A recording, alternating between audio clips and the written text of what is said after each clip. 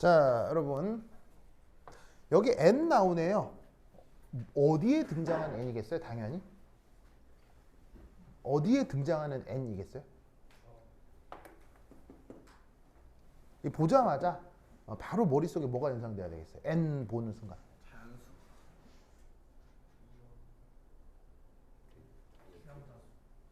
바로 이 수식이 떠올라야 되겠죠.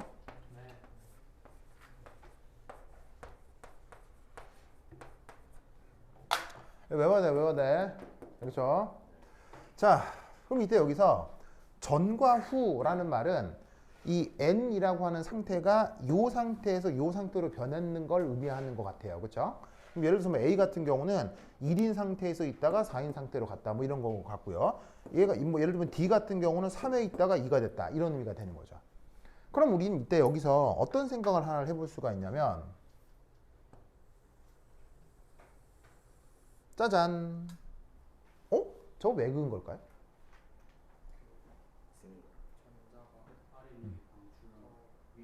자, 봅시다. 요 보조선 어디를 그린 거냐면 기울기 1인 보조선을 그린 거예요. 무슨 말인지 알겠어요? 기울기 1인 보조선을 기준으로 위쪽과 아래쪽으로 나뉜 거거든요. 그럼 위쪽 거를 보면 전의 상태가 커요? 후의 상태가 더 커요? 후의 상태가 더 크죠? 그럼 이 말은 요쪽이 흡수 스펙트럼이란 얘기예요? 방출 스펙트럼이란 얘기예요? 이쪽이 모두 다 흡수 스펙트럼이 된다는 얘기예요. 이해하시겠어요? 주양자 수가 작은 쪽에서 큰 쪽으로 갔으니까 에너지적으로 안정한 상태에서 불안정한 상태로 간 거거든. 그러면 빛에너지를 내어놓아야 돼요? 뱉어야 돼요? 방출해야 되겠죠? 그래서 이쪽 A하고 B는 흡수 스펙트럼이 되는 거예요. 무슨 말인지 알겠죠? 반면에 이쪽은 어떻게 되냐면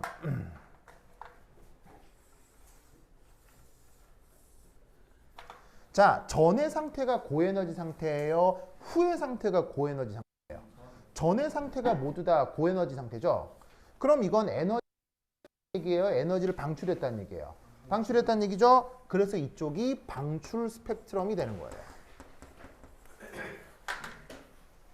무슨 말씀 아시겠죠?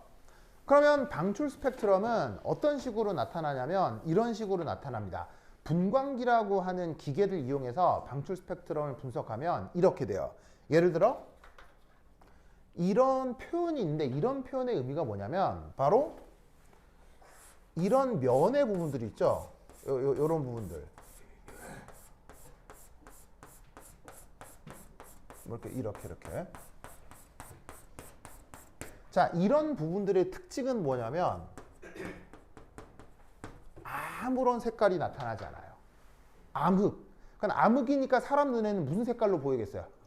블랙으로 보이겠죠. 그렇죠? 그래서 방출 스펙트럼은 지금 여기서 가시광의 파장 영역이라고 했는데 얘는 다른 말로 어떤 상태냐면 방출 스펙트럼의 한 예예요. 그 예가 어떻게 나타나느냐? 분광기로 분석을 해보면 기본적으로 암흑이에요. 방출 스펙트럼은. 암흑인데 이런 식으로다가 몇몇 불연속적인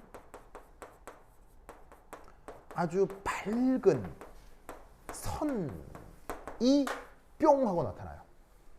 무슨 말 알겠죠? 자, 암흑이란 얘기는 빛 출입이 있다는 얘기예요? 없다는 얘기예요? 빛 출입이 전혀 없다는 얘기고 밝은 선이 나타난다는 얘기는 그런 빛이 어떻게 된다는 얘기예요? 밝은 선이 내 눈에 보인다는 얘기다. 그런 빛이 외부로 방출한다는 얘기죠.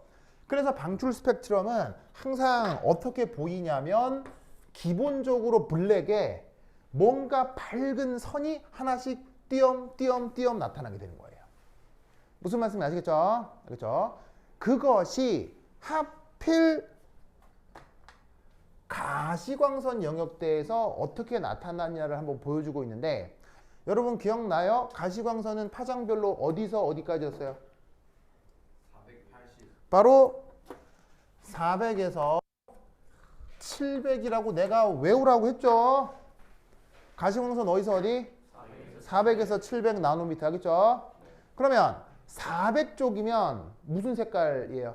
400쪽이면 빨간 색깔. 400쪽이면 푸르딩딩한 색이라고 했죠. 400이. 그러면 700이면 어떤 쪽 색깔이에요? 붉고죽죽한 색깔이라 이런 말이에요. 그래서 왜 7빛깔 무지개가 파장별로 빨주, 노초, 파남보 이렇게 나타나는 거예요. 무슨 말인지 알겠어요? 이쪽으로 갈수록 빨주노, 이쪽으로 갈수록 파남보. 알겠죠? 붉고죽죽, 푸르딩딩. 외워야 돼. 알겠지? 그러면 이때 가시광선 영역에서 하이드로제닉 아이온의 방출 스펙트럼이 나타난다고 할 때 이게 바로 누구냐? 바로 4 무슨 시리즈라고 했어요? 바로 발머 시리즈라고 했었죠. 그래서 수소원자 모델에서 가시광선 영역이 나타나는 게 바로 발머 계열선의 일부다라는 말씀을 드린 적이 있어요. 기억나죠? 그러면 여러분 그 발머 계열선은 보시다시피 최종 주양자수가 뭐인 거예요? 방출해서. 발머 계열선은 최종 방출선에서 주양자수가 2. 이거를 다른 말로 발머 시리즈라고 한다고 했었죠. 최종 상태가 2이기만 하면 되는 거예요. 무슨 말인지 아시겠습니까? 그러면 이때 파장별로 400나노미터, 700나노미터 혹은 푸르딩딩 뿔구죽죽이라고 했을 때 이때 어디가 고에너지고 어디가 저에너지예요? 바로 어디가 고에너지고 어디가 저에너지? 바로 이쪽이 고에너지죠. 바로 파장이 길수록 저에너지죠. 그럼 이때 656은 어쨌거나 보시다시피 최종 상태의 주양자수가 2에 도달하는 거예요. 알겠어요? 이것도 최종 상태의 주양자수가 2고요. 요것도 최종 상태의 주양자수가 2고요. 요것도 최종 상태의 주양자수가 2여야 한다고요. 최종 상태의 주양자수가 2인 걸 뭐라고 하니까? 발머 시리즈라고 하니까. 그게 가시광선에서 나타난다고. 그렇다면 이쪽이 고에너지고 이쪽이 저에너지라고 했잖아. 그러면 저에너지라고 하면 바로 어디서부터 어디로 떨어지는 변화가 바로 655나노미터겠어요. 바로 3에서 2로 가고 4에서 2로 가고 5에서 2로 가고 6에서 2로 가는 선이 순차적으로 얘들이 된다 이런 말이에요.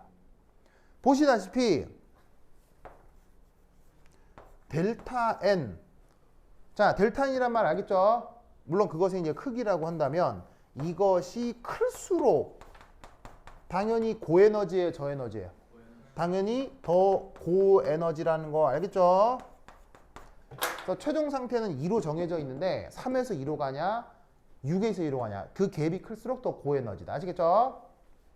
그래서 여기 나타나 있는 그 가시광선 영역 내의 빛의 파장이 각각 656, 486 그리고 해설지에 보면 여기가 434 여기가 410 정도 돼요.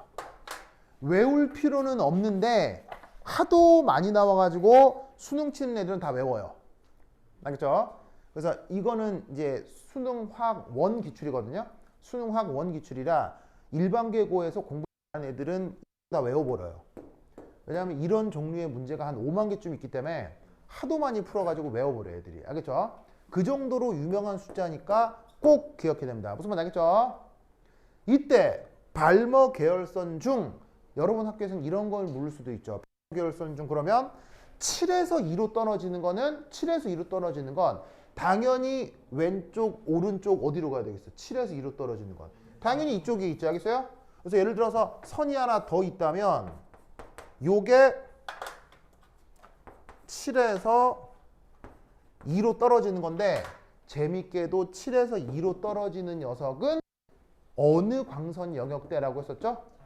이쪽부터는 놀라웠게도 자외선 영역대입니다. 그래서 발머 계열선도 자외선 영역이 있을 수 있어요. 알겠죠?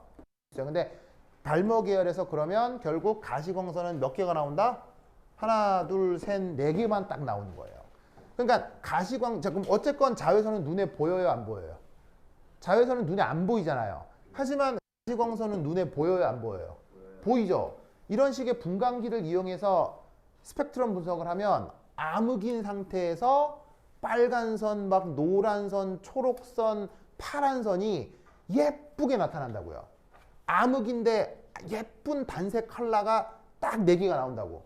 이게 사람한테 굉장히 인상적으로 보이겠죠. 그러니까 발머 계열선이 이 4개가 시험에도 제일 많이 나오는 거예요. 무슨 말 알겠죠? 그것을 보여주고 있는 것이다. 됐죠? 그렇다면 그것을 가지고 여기서 이제 분석을 한번 해보자. 어쨌거나 최종 상태가 1인애가 있고 2인애가 있네요. 오? 그럼 최종 상태가 이걸 무슨 계열선이라고 해요? 자, 이게 전이고 이게 후잖아요. 그럼 전에서 후로 간다. 후가 1이다. 그럼 얘는 무슨 시리즈죠? 얘는 라인 시리즈죠. 무슨 말 알겠어요? 그렇다면 여기에 있는 요 녀석은 혹은 얘는 최종 상태가 주양자수 2니까 이게 지금 우리가 언급하는 발머 계열선이 된다 이런 말이에요. 알겠죠? 그래서 이 2개가 각각 여기서 어디냐? 2가 어디라서 2가 486이라고 했죠? 486 어디서 어디로? 4에서 2 4에서 2 알겠죠? 그러면 3에서 2 누구 했어요? 3에서 2 요거 그럼 얘 파장은 얼마란 얘기예요? 요 놈은 656 아시겠죠? 이렇게 생각을 해주시면 된다 이런 말이죠. 그래서 지금 발머 계열선 가시광선 4개 중에 요 2개만 표현이 되어 있는 겁니다. 알겠죠? 뭐 이것도 표현하고 싶으면 어디에? 여기에 뭐 이렇게 있겠죠. 알겠죠? 자, 그럼 이걸 가지고 뭐 선택지 근으들을 한번 확인해 보도록 합시다. 자, 첫 번째 기억. A에 해당하는 게 뭐냐? A가 뭐냐? 이걸 물었네요. 자, A는 어디서 어디로 이동하는 거예요? A는. 이게 전이고 이게 후잖아요. 그럼 A는 1에서 4죠. 맞습니까? 1에서 4. 그래서 얘는 첫 번째 전자전이가 1에서 4입니다. 1에서 4. 됐습니까? 그럼 이때 여기에 있는 이게 전이고 이게 후잖아요. 맞아요? 맞죠? 네. 자, 이때 그러면 요 경우 델타 EA라고 하는 애는 E4 빼기 E1 이렇게 쓰면 되겠네요. 네. 맞죠? 자, 그럼 얘는 이제 어떻게 표현할 수 있느냐? 자, 아까 요 EN을 마이너스 HCR Z제곱 나누기 N제곱 이렇게 쓸 수 있다고 했죠? 네. 다르게 어떻게 쓸 수 있다고 했어요? N분의 이온화 에너지라고 쓰면 된다고 했죠? 기억나요? 네. 자, 그러면 이걸 이용해 볼게요. 자, 4 넣어라. 그러면 마이너스 16분의 1의 이온화 에너지 빼기 1의 제곱의 이온화 에너지. 됐습니까? 자, 그러면은 계산해주면 어떻게 될 거냐? 1 빼기 16이죠. 그러면은 16분의 15 이온화 에너지겠네. 알겠죠? 그래서 4에서 1로 떨어지는 건 이온화 에너지의 16분의 1 정도 되나 보다. 아시겠죠? 그러면 선택지 기억이 맞는지 틀렸는지 알 수 있겠습니다. 알겠죠? 자, 그 다음 니은. 자, 니은은 뭐냐면 방출하는 빛의 파장을 물었어요.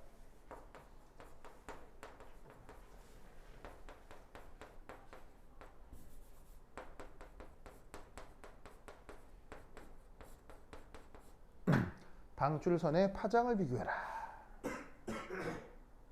보이십니까? 근데 어느 선을 비교를 했냐면 D하고 C를 물었어요. D하고 C. DC가 어디야? DC, DC. 보이시죠? 이거. 자, 그러면 뭐 거기서 뭐하고 뭐를 비교하라고 했냐면 기냐 짧냐 뭐 이런 걸 물었잖아요. 기냐 짧냐 이런 걸 물었으니까 뭐 예를 들어서 델타 E C 이거부터 해보죠. 델타 E C 찾았습니까? 자, 그럼 델타 C는 어디서 어디로 움직이는 겁니까? 어디서 어디로 가는 거예요? 2에서 1로 가는 거죠. 2, 1. 자, 그러면 어떻게 될 거냐? E1 빼기 E2 이렇게 쓰면 되겠네요. 맞아요? 맞죠? 그러면 얘는 마이너스, 자, 읊어 보세요. 뭐 분의 뭐? 1제곱분의 HCR Z제곱. 맞아요? 빼기 뭐 하면 돼요? 4분의 HCR Z제곱. 맞아요? 자, 계산하면 뭐 나와요? 마이너스 4분의 3 HCR Z제곱이죠? 이거 뭐로 바꿔야 돼요?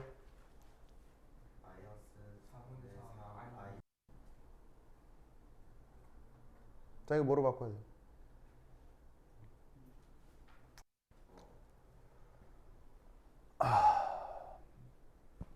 바꿔야 돼요.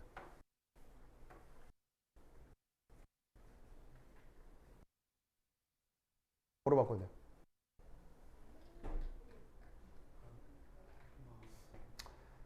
내 외우라니까. 이걸 안 외우고. 응? 지 말들도 안 듣고. 응? 그 외우라면 외우지도 않고. 자, 뭐로 바꿔야 돼요?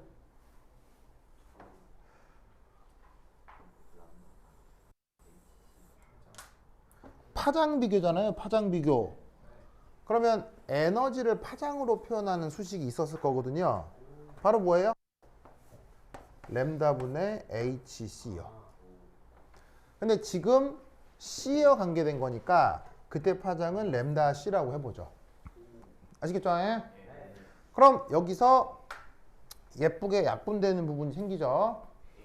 그래서 여기서 이제 HC 이렇게 약분이 돼버리면 바로 여기서 알 수 있는 게 램다 C는 역수를 취하면은 3RG 제곱분의 4 맞습니까? 자, 마찬가지로 또 누구도 해보자는 얘기예요. D도 해보자 이런 얘기죠. 알겠죠? 자, D는 어디서 어디로 가는 거야? D는 3에서 2 맞죠? 이게 나중이죠. 그러면 어떻게 되느냐? 마이너스 HCR Z제곱 나누기 4 빼기 다시 빼기 HCR Z제곱 나누기 9 알겠죠? 그럼 계산해 주시면 마이너스 36분의 5HCR Z제곱 알겠죠? 그러면 이것에 대한 방출선 파장식 뭐죠? 파장식 뭐예요? 램다분의 HC 지금은 D 그럼 계산을 해주면 램다 D는 5RG 제곱분의 36 뭐 이렇게 되겠지 맞습니까?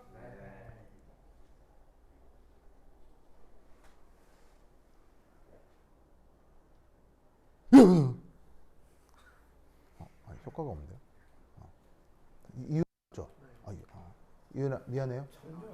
미안해. 내가 너무 졸리게 해서 미안해. 내가 진짜 좀 죄송해요. 내가 유연이 심심하게 만들고 내가 그래서 좀 내가 더 잘할게요, 유연아. 알겠죠? 유연아, 미안해요. 졸려서 어떡해요. 그래요. 자, anyway. 그러면 이제 바로 이 방출선의 파장이 나왔죠. 나왔죠. 그래서 얘를 실제 구체적으로 계산을 해보면 뭐 위에 지울게요. 위에 지우죠. 지우면 되겠죠.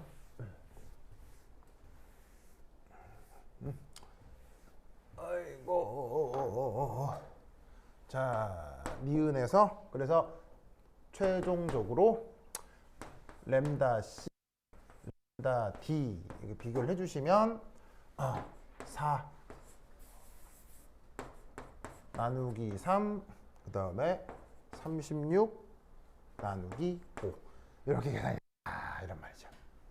됐습니까? 그러면 이제 이렇게 하고 9하고 27분의 5 알겠죠? 그럼 누가 더 길고 누가 더 짧은지 아시겠죠? 이렇게 비교하면 되겠습니다. 그래서 이제 여러분 학교 시험 문제로 나온다고 하면 실제로 이렇게까지 해보는 게 여러분 학교 시험 문제로 나오는 거예요. 구체적으로 뭐 C하고 D 중 누가 기냐 짧냐 이렇게는 안 나올 거고 여러분 학교 시험이 나온다면 진짜로 이렇게까지 계산해 보는 게 나올 거라고요. 그럼 이렇게 하는 거 알겠죠? 근데 지금 이건 이제 수능 기출이란 말이에요. 그럼 수능 기출에서는 어떻게 나오느냐? 자, 수능 문제를 푸는 것의 핵심은 심오하게 풀어야 돼요? 스피디하게 풀어야 돼요? 수능은 스피드거든요. 그럼 이제 이건 어떻게 해야 되느냐? 자, C는 최종 상태가 뭐야? C는 봐요. 2에서 1로 가는 거죠. 2에서 1로 가는 거니까 C는 무슨 계열선이에요? C는 라이먼 계열선이잖아요. 그리고 여기에 있는 D는 어느 계열선이냐고요? 발머 계열선이잖아요.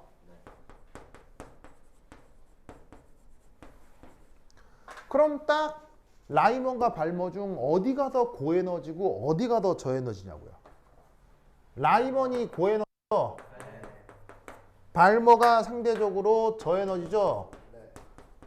그러면 저에너지일수록 파장이 길어요? 파장이 더 짧아요? 길어요. 저에너지일수록 파장이 기니까 여기서 방출 파장이 더 길겠죠. 알겠죠? 사실은 이 문제는 이렇게 푸는 거예요. 그렇죠? 풀기는 만약 수능 문제로 나오면 이렇게 하는 건데 그러면 뭐 한 15초 만에 생각할 수 있죠. 근데 이제 여러분 시험 문제 학교의 내신은 그렇게 안 나와요. 내신은 이렇게 하라고 나오니까 이렇게 해보라고. 알겠지? 자, 됐고. 그 다음에 이제 디귿. 자, 디귿에서는 655 나노미터가 누구냐? 656 나노미터가 누구냐? 방금 뭐 얘기했던 저게 이제 D 되겠죠. 아까 했으니까요. 자, 그래서 이런 식으로 문제 3을 풀어볼 수 있게 되었습니다. 됐죠? 그래서 뒤에 연습 문제 4, 5, 6, 7 다 해봐야 된다. 무슨 말 알겠죠? 자, 돼요. 오케이, 됐다. 그러면 10분 쉬었다 하도록 하겠습니다. 파인셀 갔다 오세요.